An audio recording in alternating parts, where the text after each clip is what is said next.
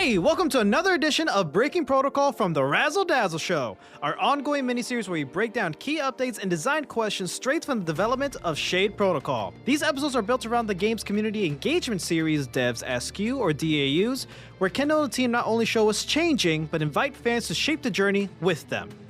Today's episode's a little different. The game's internal playtesting is currently underway, and instead of breaking down a specific DAU, enemy, or mechanic, we wanted to talk directly with some of the current playtesters about what it's actually been like getting hands-on experience with Shade Protocol so far.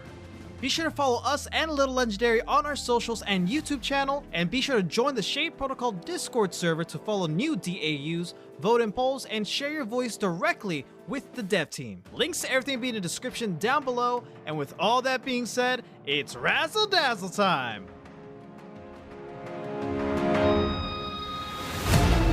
First off, I want to thank both Freeman and Malthus for joining me here on the show on Breaking Protocol. How are you guys doing today? Pretty good so far. Chillin'.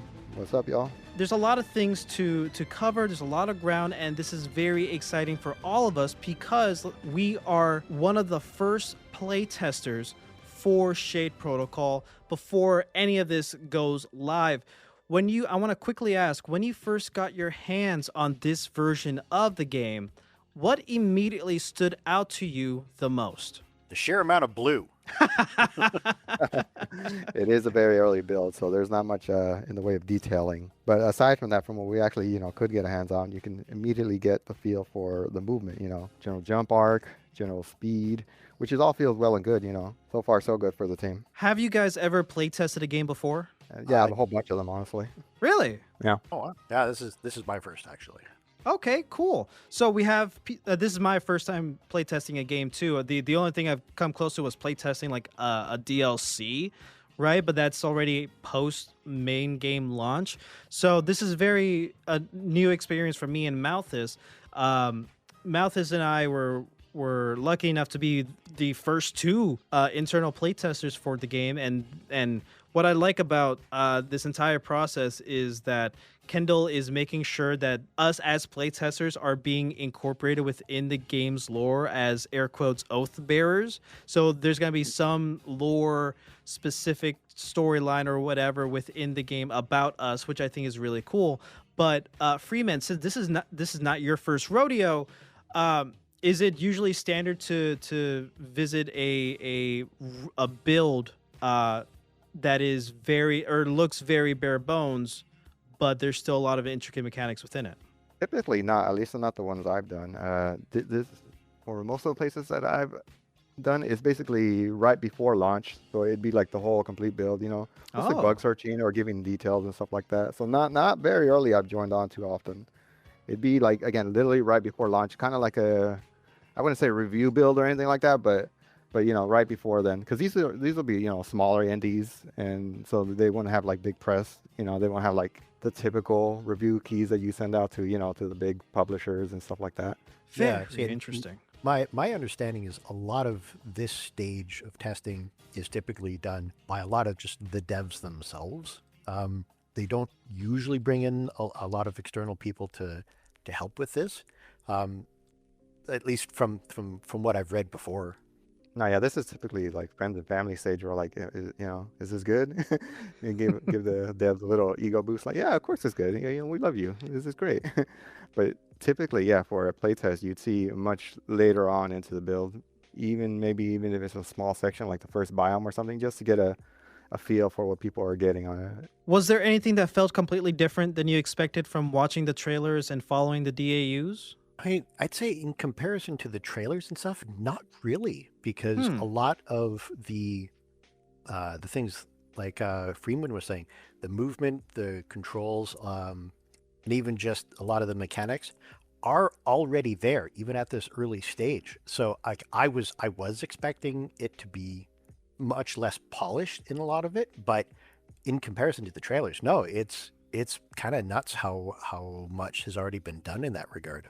No, that's true. For how early it is, like the core mechanics are fairly, polished compared to what, again, I have played one or two where it's like super early and, literally, there's no animations, you can't even jump and stuff like that. But this is again, for the most part, almost demo-ish sort of tier, if you want to call it that.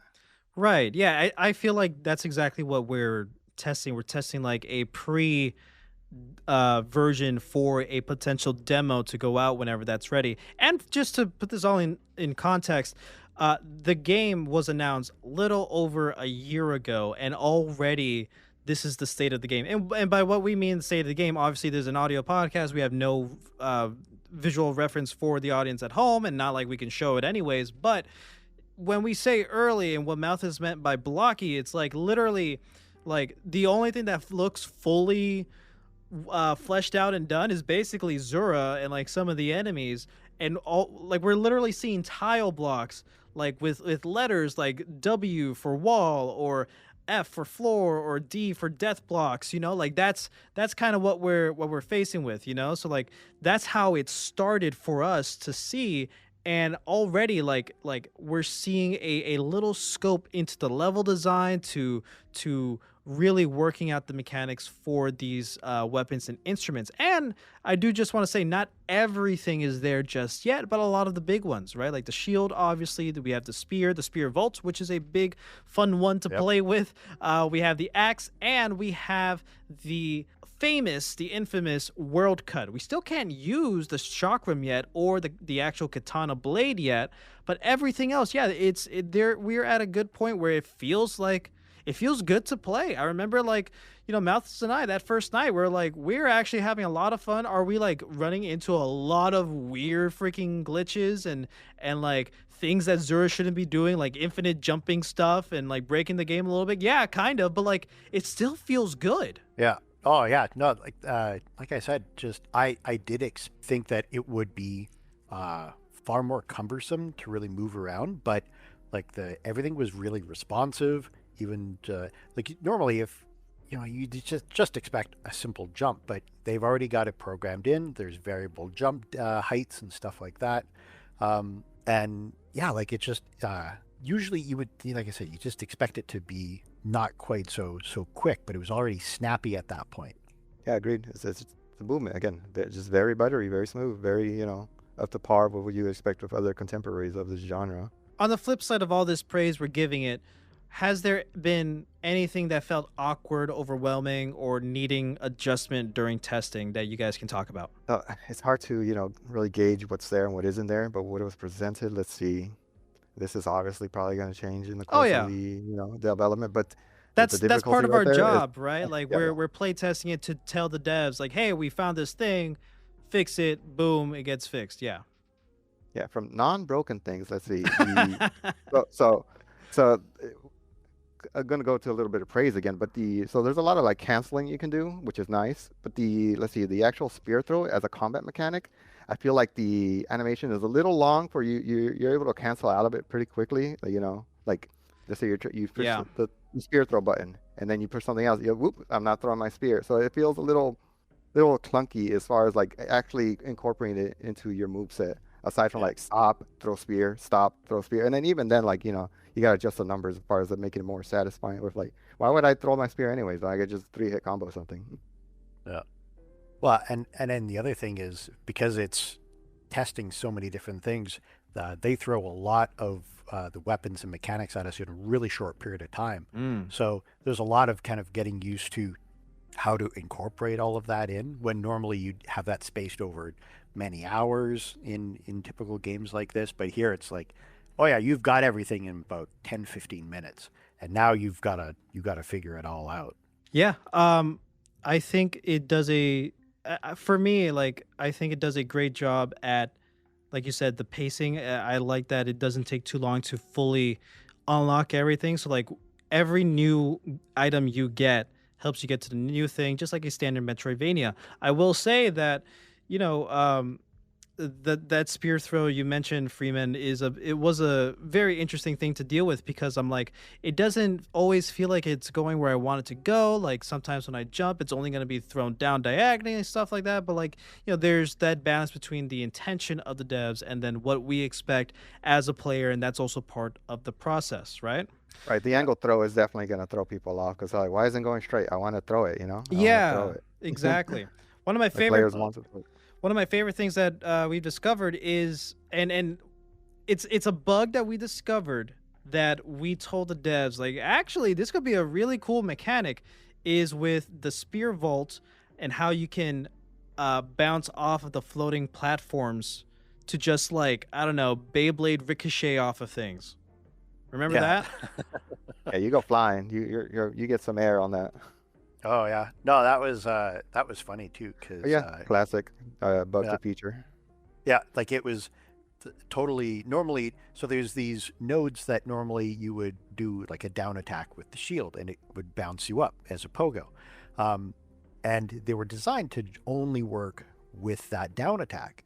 Normal attacks wouldn't necessarily do it, but just through a bug that was discovered through playing it, we're able to interact with them with the spear.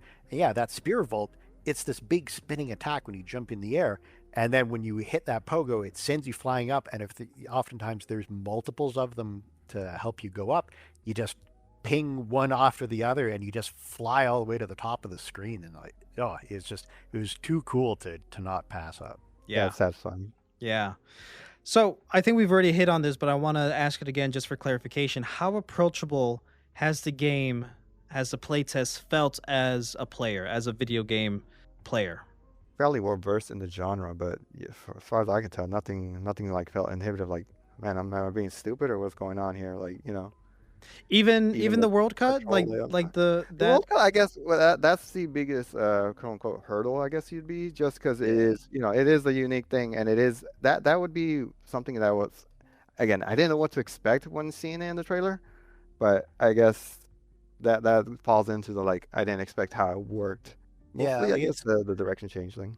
Yeah, like it's tough to say. Because I think when I went into it, I was only kind of partially approaching it as a player. Kendall, he was very clear about how rough this would be. He was almost downplaying. I was like, it's going to be really, it's not polished, it's not done. Make sure you're aware of what you're getting yourself into. So I was kind of, he had me pretty well prepared. But like once I fell into the groove of actually testing it, I felt more compelled to try things the average player wouldn't do. Yeah. Like, and that's also somebody who, I've played a lot of different games, a bunch of different genres. So falling into the process of playing it was fairly straightforward, but it was then shifting into, I'm actually going to try to break this. I'm going to do things that people wouldn't typically do because that's more what they're looking for. And it was just kind of more of being a bit of a detective and seeing what would happen if this happens, and that really kind of changed things for me. Interesting. Was that a hard like switch to flip from going from player to like, oh wait, my whole purpose is not to just enjoy the thing but to break it? I mean, for me, not really. Like it, I'd say it probably only took about 10 minutes, and then it was just 10 minutes because game broken. Well, because I mean, it was just the kind of thing where it's like, I don't know what's going to happen if I do this. And it was just kind of, I want to see if I can break it. I want to find something that hasn't been found before. And it was just combining different buttons and stuff like that, seeing if I'm just mashing like crazy. And yeah, it was investigative rather than just playing for the heck of it. But then, of course, in the process, it's like, now once you start moving forward and you have a better understanding of how a lot of this works, then it really does start to get fun, because now you can start using it in ways that you weren't before. Bro, you're probably the person who has the most log entries for bugs that you've discovered in this entire process so far, man. Well, and yeah, I don't know. I was even telling them the other day, like, it's fun to find these things, like it, and just all the different ways. Like, oh, I bet you didn't know this can happen. Yeah, again, you're early enough where you can find a lot of things if you really go trying to break it on purpose. For expectations and for hoping what's to come in the future, constructive feedback, all that stuff. So far at this level of the playtest, what's something that you think the game does really well, and what's something you think it still has the most room to grow or improve? I think the SFX are underrated in general, like in games, but the feedback from hitting, stuff and the sounds they make, I mean, obviously they're instruments and whatnot, but that all sounds very good already to me. I think that's very important. A lot of games have like kind of wet noodle hits, and technically, mechanically, they feel the same, but it doesn't give the same feedback back to a player. So far, so good on that front. And for improvements, they need to refine the world cut, obviously. That is the big hook play sort of thing they're going for. Refine the world cut. How so? I feel like they could maybe improve the speed in somewhat. Again, not so much. This is assuming you know how it works and everything. It isn't as flowy as I want it to be. If you get what I'm saying, like it isn't as crisp as far as like opening the world cut, cut sort of menu thing. It's not a menu, obviously, but initiating one and then getting rid of it, and then obviously it doesn't work in combat currently.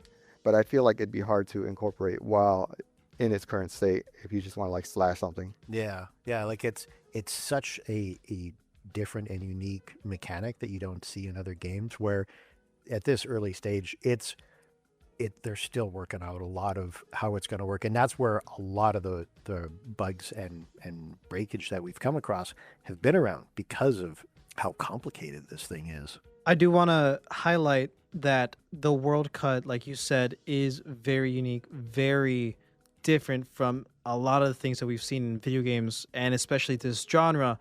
Is it working is that fantasy? Since Kendall has this big message, or these feelings of trying to push this fantasy of each weapon, how they work, each instrument, all their beautiful things that goes into them. So for the world cut, since this is probably the biggest selling point for this game, the fantasy of the world cut, we're still not living that yet? Or what do you guys think? I think they could use a little bit more. Again, it's not necessarily a gimmick right now where like, oh, here's the world cut space, you're gonna have world cut, but it's not really. I don't know what would be the closest comparison, like an Ori bash, like where as soon as you get it, like, oh wow, like this changes the whole game sort of thing. Yeah, like this is. I mean, it's been there since the beginning. It's been such a massive part of the whole thing, where like even in the most recent build that we've got, like we're already playing a different build than you and I were playing at the beginning. Yeah, I was gonna bring it up. Yeah, and just the difference between how, even just with the world cut, let alone everything else, how that functions then and how it is now. You can already feel how much it's changed, but it's, some people say, well, why would I use this if we could just use that? And it's more like, think of it as Minecraft. Yeah, you could build a house, but wouldn't you want to do something more interesting with it, kind of thing? And then how you personally utilize it. Because it's not like there's only one way to use the world cut, and it's only that way that you're going to do this one thing. No, there's a number of ways you can do it. And it's trying to build that sandbox within the confines of a Metroidvania that makes it like really different. Right. Yeah, I know exactly what you're saying. I know exactly what you mean. And to talk about this current build that we're playing, so we started playtesting as of recording probably like a week ago, and already within a week the playtest has gotten a pretty decent, I think, massive overhaul. I mean, we're not looking at blocks anymore. We got some paint. We got some beautiful colors and lighting effects and backgrounds and animations, even characters. Like we're getting to see a lot. We're getting to see this thing actually coming together into what it's supposed to be. And for a fan, and as someone who's doing this for the first time, I think that's like, I'm super excited and thrilled. Like when I saw X character like show up, and I'm like, oh wow, hey, they're here. That's really cool. Like they look great. They look awesome. Look at that animation. Look at the pixel art. Look at this giant tree or whatever. Like look at this wall. Isn't this wall cool? Like it's crazy coming from a point of like seeing nothing, bare bones skeleton, and then coming to see the flesh, the organs, and all that stuff coming into it. And it's, for me as a player, it's putting in a totally different perspective on how I'm viewing this game. Am I going to be biased? Maybe a little bit, because of how much coverage we do on Shape Protocol here on the show, but like I think already like what we're seeing in this process is outstanding to see, and I can only imagine from like your guys' perspective. Oh yeah, like, and even just like you said, just how much has been added to this, but even how much of what's been put in now, that was because of some of the feedback that we gave them. Yeah, like you said, just like a week ago, like aspects where we were running into this particular problem with the world cut, and it was pretty consistent in a lot of ways, and now. Not only do they have a solution for that, but they've even got the visuals for it to indicate that, so that you have the environmental storytelling to understand that, all just in a short period of time. And then to have it still mechanically do what it is that they want it to do. Like, it does kind of make you feel like, okay, I think these people got a pretty good understanding of how this is supposed to work. Yeah, that's the fun of playtesting, seeing it grow and change and evolve. And hey, look, that bug I reported is gone. That's all well and good, but at the end of the day, the average consumer, they're not going to compare it to the bare bones. When they get it, they're going to compare it to what they got. For sure, and it's part of our job to ensure we do what we can. We do our part into making this experience as fun and as enjoyable for everyone. Before we end it, one last question: what mechanic that you've seen in the DAUs or in the trailers are you excited to potentially experience and play around within the playtest? When Kendall's been trying to sell this fantasy about blocking, but currently there is no fantasy in blocking right now. You don't need a block. You can hold block forever. There's no cool there's a parry, but it's not like a cool like, oh man, I'm parrying, sort of thing. So I'm waiting to see that, actually having to block. Yeah.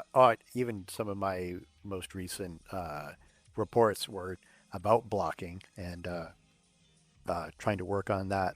So yeah, like there's definitely some things there, but it's funny you say mechanics and stuff from the trailer and what they've shown off.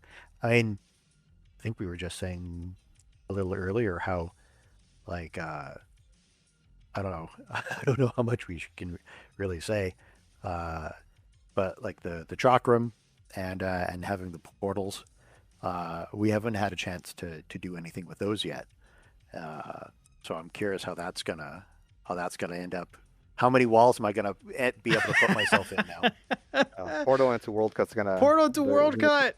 That's headache for them. Yeah. If they think they got a lot to fix now. I'm super excited to play around with the actual protocols.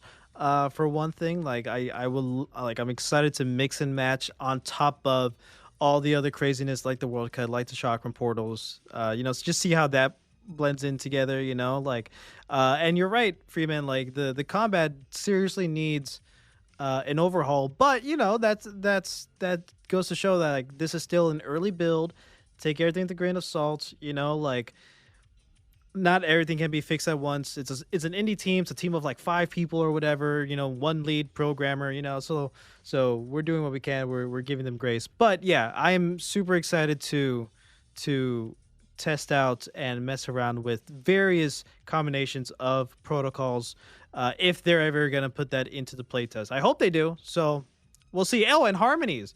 I'm so excited to like try out harmonies whenever that becomes a thing. So yeah, man. Malthus, Freeman, thank you so much for taking the time to give your feedback, give your thoughts on the playtesting so far. And I'm sure in the future, once we make further progress, we'll have you guys or other playtesters come in, give their thoughts and opinions and expertise. And we'll provide more info in the future. But so far, thank you guys so much for doing this. Yeah, absolutely.